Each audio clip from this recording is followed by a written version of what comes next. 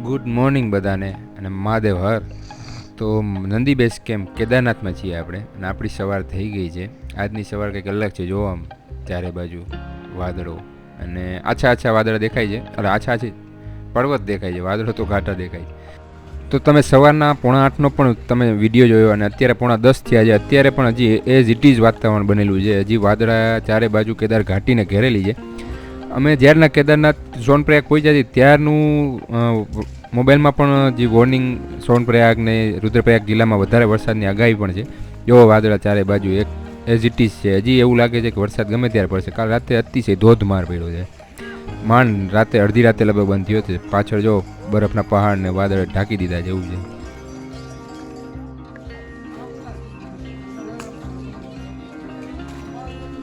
એટલે બેઝ કેમ્પથી પણ મંદિર લગભગ 1.5 કિલોમીટર દૂર છે. ને અમારો કાલનો પ્લાન એવો હતો કે અમે 6 વાગે બેઝ કેમ્પ પહોંચી જઈશું ને 7-7:30 સુધીમાં મંદિરે દર્શન કરવા જઈશું. પણ 7, 7:30, 8 તો બેઝ કેમ્પ પહોંચવામાં જ થઈ ગયું હતું. એટલે હવે અત્યારે નીકળ્યા છીએ. પણ બહુ ખુશનુમા સવાર છે આજની. આજ કેદાર ઘાટીના રૂબરૂ દર્શન થઈ રહ્યા છે. બહુ મસ્ત લાગી ગયું છે, એક નંબર. તો આ છે કેદાર ઘાટી, જે વિડીયોમાં ઘણા સમયથી જોઈ રહ્યા છીએ. અહીંયા કંઈક અલગ જ વસ્તુ છે. આમ કુદરત અહીંયા ભરીને પડી છે. પાછળ જે બરફના પહાડ દેખાય છે, જે મંદિરના તો દર્શન નથી થયા, પણ હવે આ બધું દેખાઈ રહ્યું છે જે અલગ આપણા માટે છે. રોજ સિટીના મોટા બિલ્ડિંગ જોતા આજે મોટા પહાડ ને વાદળો જોઈએ છીએ કે અહીંયા બધું ભગવાન પાસે જ પડેલું છે.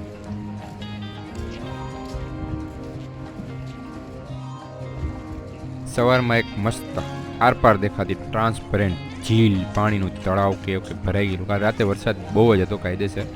થોડો નહોતો, સારો એવો વરસાદ હતો. જો અહીંથી દર્શન થઈ રહ્યા છે હવે મંદિરની ધજાના, ને પાછળ પર્વતોના પણ દર્શન દીદાર થઈ રહ્યા છે.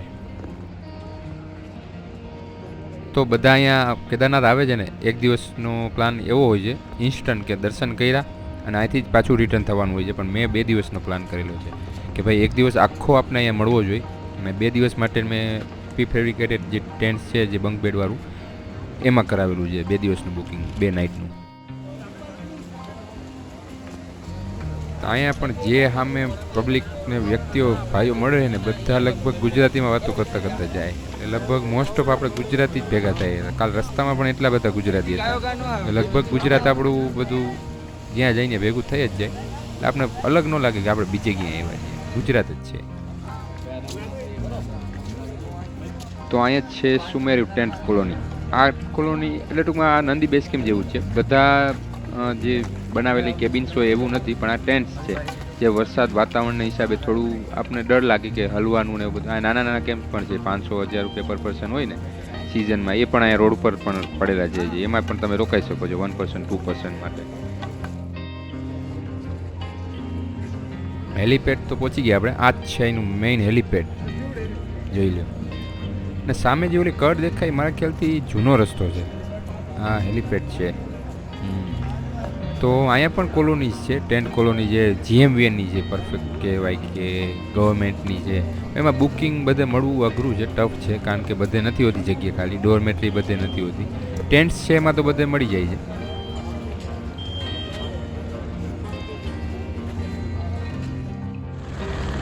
તો અહીંયા પણ એક કોલોની બની છે, જો હેલિકોપ્ટર ઉતરી ગયું છે. આ જે પાકા બાંધકામ વાળું છે એ છે બધા કોલોની, અને ઘણું ખરું બની પણ રહ્યું છે. તો આ મંદિરથી બહુ નજીક છે. જો આ મંદિર અહીંયા છે અને અહીંયા જ કોલોની છે. જે આ બાજુમાં પણ આવેલી છે એ પણ એક કોલોની જ છે. આ કોમ્પ્લેક્સ છે ને સ્વર્ગારોહિણી, એ બહુ સારું એવું છે.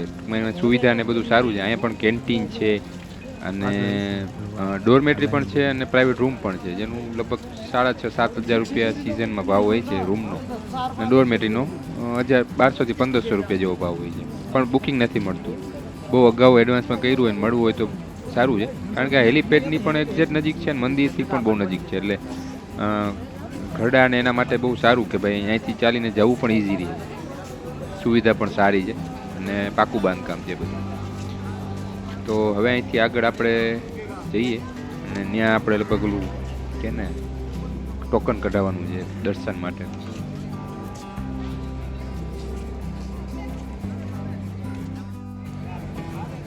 ટોકન માટે લાઈન નથી, 4-5 જણા ઊભા છે. એટલે ટોકનનો હેતુ એ છે કે તમને એક સ્લોટ આપે કે તમે અહીંયા પહોંચી ગયા છો, તમે દર્શન કરવા જાઓ છો, તો તમે અત્યારે 10 વાગ્યા છે તો તમને 11 થી 12નું ટોકન આપે.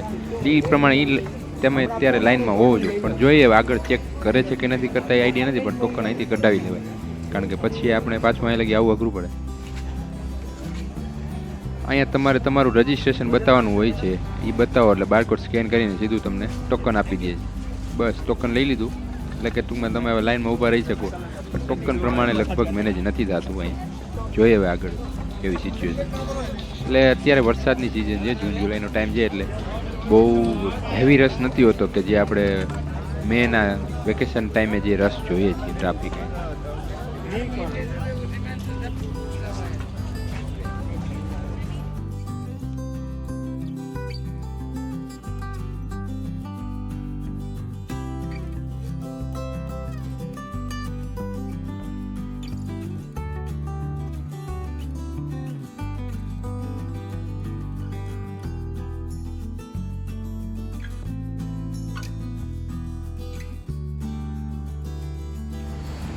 મંદિરની તો આપણે ઘણા નજીક પહોંચી ગયા ને અહીંયા છે ને, અહીંયા એક કુંડ છે, રેવત કુંડ અથવા રેવતી કુંડ એને કહેવાય છે. ત્યાં પણ આપણે જાશું. અને અહીંયા છે ભૈરવનાથનું ટેમ્પલ, કાળ ભૈરવ બાબાનું ટેમ્પલ મંદિર છે, તો ત્યાં પણ જાશું. તો અત્યારે મંદિરે દર્શન કરવા જઈએ પહેલાં, કારણ કે કાલનું પહોંચી ગયા છીએ પણ દર્શન નથી થયા એટલે રહેવાતું નથી.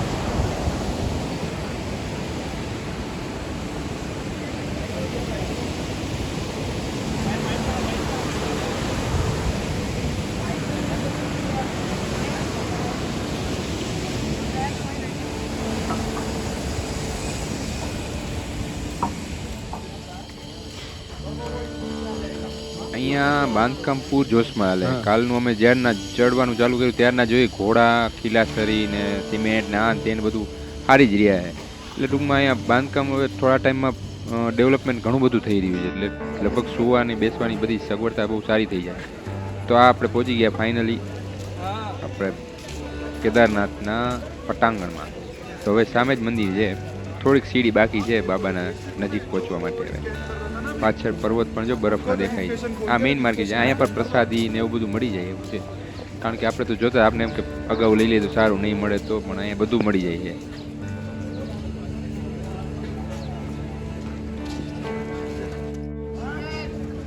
લાઈન તો અહીંથી જ ચાલુ થાય પણ લાઈન દેખાતી નથી, એટલે ટ્રાફિક નહીં હોય, જોઈએ આગળ જતા.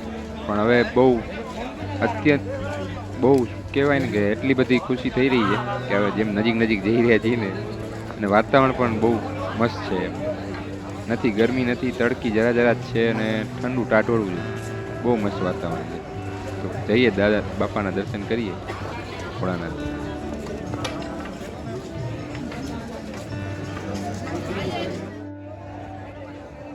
તો આટલું અસહ્ય આપણી પાસે જે વાતાવરણ સહન, વરસાદ ને થાક ને બધું જે સહન કર્યું છે ને, હવે જે દર્શન ફાઇનલી આપણે બાબા કેદારનાથના પટાંગણમાં પહોંચી ગયા છીએ.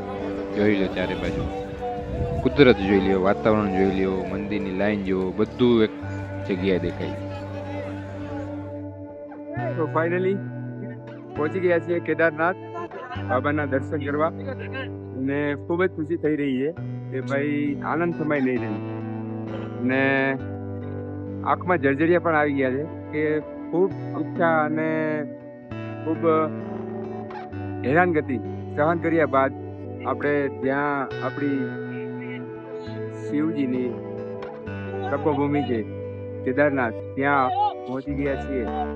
અને આનંદ થઈ રહ્યો છે ફરતે ચારે બાજુ કેદાર ઘાટીનો વ્યૂ જોઈને.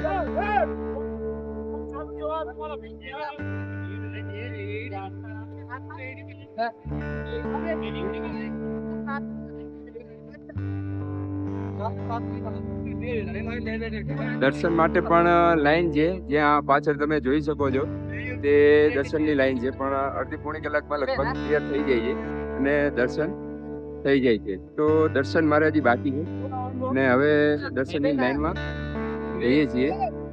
તો એ પેલા એટલો આનંદ થતો હતો કે તમને બધાને બતાવી દઉં, દર્શન કરાવી દઉં બાબા કેદારના મંદિર.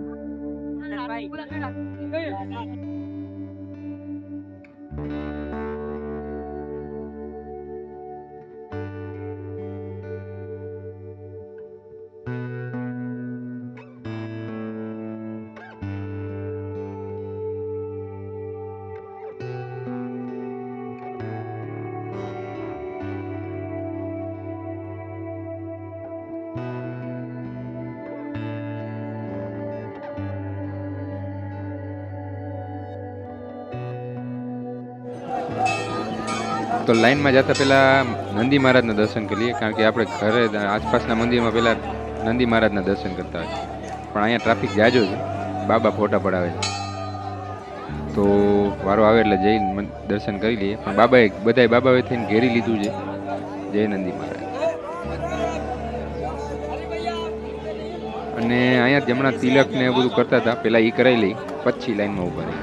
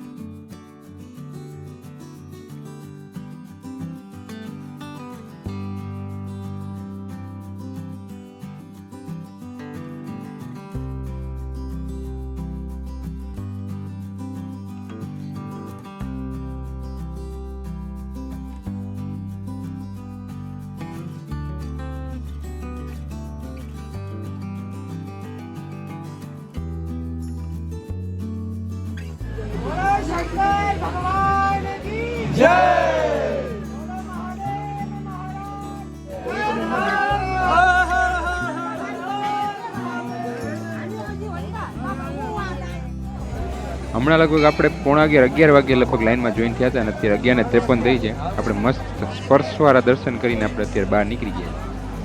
અને અહીંયા જ સામે એક વિશેષ પૂજા કાર્યાલય છે, એટલે અહીંથી તમે ફૂલ ફેમિલી સાથે જે સવારની પૂજા ને બધું કરાવવું હોય તો પૈસા ભરીને કરાવી શકો છો. જય શ્રી કેદાર. તો કેદારનાથથી હું દર્શન કરીને બહાર આવ્યો છું. તો અંદર મંદિરમાં જ્યારે તમે એન્ટર થાવ છો ત્યારે ત્યાં લગભગ પાંડવો કે દ્રૌપદી માતા, યુધિષ્ઠિર, અર્જુન છે, નકુલ છે, સહદેવ છે, ભગવાન શ્રી કૃષ્ણ છે, તે બધાની મૂર્તિ સ્વરૂપે બિરાજમાન છે. જે આગળનો ભાગ છે તેમાં, અને વચ્ચે ત્યાં નંદી મહારાજ બિરાજમાન. ત્યારબાદ અંદર જતા જે ગર્ભગૃહમાં જઈએ છીએ ત્યાં ડાબી સાઈડમાં ગણપતિ બાપાની મૂર્તિ, ભગવાન ગણેશની મૂર્તિ છે, સિદ્ધિવિનાયકની મૂર્તિ છે. ત્યારબાદ જે ગર્ભગૃહ છે ત્યાં જતા તમને શિવલિંગના દર્શન થાય છે. અને ત્યાં તમે જ્યારે પહોંચો છો ત્યારે તમને જે બે બ્રાહ્મણો છે તે તમને પૂજા કરાવે છે. દક્ષિણા લઈને તમને નાની મોટી દક્ષિણા લઈને પૂજા કરાવે છે, કે તમારા જે પ્રસાદ છે તે ધરાવી દે છે. તમને પાણી ચડાવડાવે છે, જળ ચડાવડાવે છે, તમારો પ્રસાદ ત્યાં ધરાવીને તમને પાછો આપે છે. તો આવું હતું કંઈક અંદરનું નજારો, જે ભગવાન ભોળાનાથ કેદારનાથના અમે દર્શન કર્યા ને ખૂબ ભવ્યતાથી દર્શન થયા ને ખૂબ આનંદ આવ્યો ભગવાનના દર્શન કરીને. તો આ હતું ભગવાન કેદારનાથ ધામ.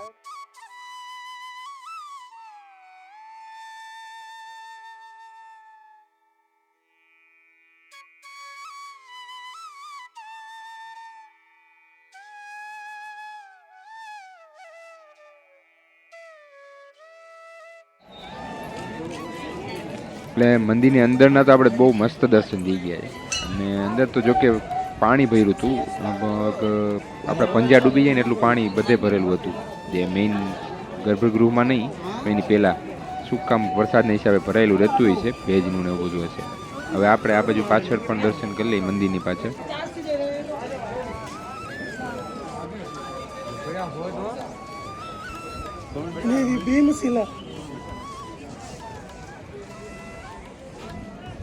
અહીંયા મંદિરની પાછળ જ એક આ જગ્યા છે, અમૃત કુંડ કહેવાય છે. એટલે આ જગ્યામાં એવું છે, જે શિવજીને જળાભિષેક ને ઘી ને આ તે દૂધ ને બધું ચડે છે ને, એના અમૃત પેટે અહીંયા પ્રવાહી ટૂંકમાં 2-3 ફૂટનો અહીંયા કુંડ છે, એમાંથી તમને ભરીને એની પ્રસાદી રૂપે આપે છે. તો તમે અહીંયા કોઈ પણ તમારું પાત્ર આપો એમાં ભરી દઈએ છીએ. તો આપણે પણ લઈ લઈએ ઘર માટે અને આપણે પણ અહીંયા પણ પ્રસાદી પણ લઈ લઈએ. ढक्कन खोलो बेटा ढक्कन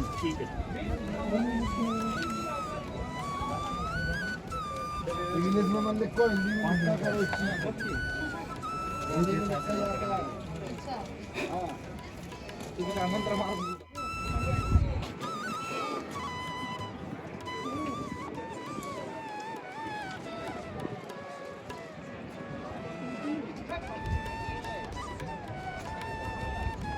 તો ઘણા ટાઈમની આપણી ઈચ્છા ભગવાનને સ્પર્શ કરીને મહાદેવને અને આ મંદિરને સ્પર્શ કરીને પૂરી થઈ છે. એનું સેટિસ્ફેક્શન છે, પૂરો સંતોષ છે આ જગ્યા જોઈને અને અહીંયા સમય પસાર કરીને. કોઈ પણ આપણે ગમે એ જગ્યાએ જાય ને, પણ જો સમય તમારી પાસે ન હોય એની જગ્યાએ જાઓ તો એ તમે સમય વેડફો એના જેવું છે કે કારણ કે તમે પૂરો આનંદ તો લઈ નથી શકતા. તો આપણે અહીંયા પૂરો આનંદ લેવા આવ્યા છીએ. તો હવે બીજે દર્શન કરી લઈએ બધે ને હજી આપણે સાંજ સુધી અહીંયા છીએ, આરતી લેશું અને કાલ સવારે પણ દર્શન કરશું. તો અહીંથી હવે જઈએ પાછળની સાઈડ. અહીંનું આપણે દર્શન કરીને પાછળ ભીમશિલા છે ને એ જોવા જવું છે. જે 2013માં જે આપદા આવી એ ટાઈમે જે ભીમશિલા પ્રખ્યાત ને વખણાઈ ગઈ છે એના દર્શન કરીને આપણે થોડુંક આઈડિયા લઈએ. આ જ છે આ ભીમશિલા. જો એનું કદ તમને આ તો સાઈડ વ્યૂ છે, જો કેવડું છે. અહીંયા પણ હવે પૂજા અર્ચના બધું થાય છે, જ્યાં ભક્તો જે હું પણ માનું છું કે આ એક ચમત્કાર સિવાય બીજું કાંઈ નથી. કારણ કે આવડો પથ્થર એક મંદિરની એક્ઝેક્ટ ટૂંકમાં 5 કે 10 ફૂટ 10 ફૂટ 12 ફૂટ 15 ફૂટ આવીને ઊભો રહી જવું, મંદિરને કાંઈ નુકસાન ન થવું અને આટલી બધી હોનારત થઈ છતાં પણ મંદિરની અંદર થોડા ઘણા વ્યક્તિઓનું બચી જવું. જો આ પાછળનું મંદિરથી મોટી છે, જે પહોળાઈમાં કહેવાય ને મંદિરથી લગભગ મોટી છે. જો એનું કદ જો કદ એક શિલાનું કદ છે આ. એટલે આ નકર તો બધું બ્રેકરથી તોડીને બધું જવા દે, પણ આ એક ચમત્કાર જેવું છે એટલે આ દર્શન માટે રાખી દીધું છે. બહુ વિશાળ છે અને આનો વજન એવો હોય છે. આ ક્યાંથી આવ્યું છે ને આટલું દૂર છે. અંતર જો ખાલી બહુ આઘું નથી, તમને એવું લાગે કે બહુ આઘું છે પણ કાંઈ અંતર જ નથી, આટલેથી બચી ગયું છે. આ ખરેખર મહાદેવના ચમત્કાર છે. તો ફરી એકવાર કહું કે આવો ને તો સમય લઈને જરૂર આવજો કે ભાઈ તમારી પાસે સમય હોય અહીંયા રોકાજો 1-2 દિવસ ને આખું પૂરેપૂરું જગ્યા ફરજો ખાલી અને પછી તમને આનંદ આવશે. તો અત્યારે પણ અમારે શંકરાચાર્યની સમાધિ જોવા જવું છે જે બનેલું છે અને ત્યારબાદ જવું છે ભૈરવનાથ ટેમ્પલ જવું છે, પછી કંઈક નાસ્તા પાણી જમીએ અને પછી રેવતકુંડ પણ જોવો છે, આરતી લેવી છે સાંજની. તો બધું જોઈએ હવે આપણે નેક્સ્ટ પાર્ટમાં, કારણ કે આ વિડીયો હવે લાંબો થઈ જશે. તો ત્યાં સુધી જોડાયેલા રહેજો અને ફરી મળીએ આપણે નેક્સ્ટ વિડીયોમાં. ત્યાં સુધી ધન્યવાદ, થેન્ક યુ અને લાઇક શેર સબસ્ક્રાઈબ તો જરૂરથી કરજો. Thank you very much.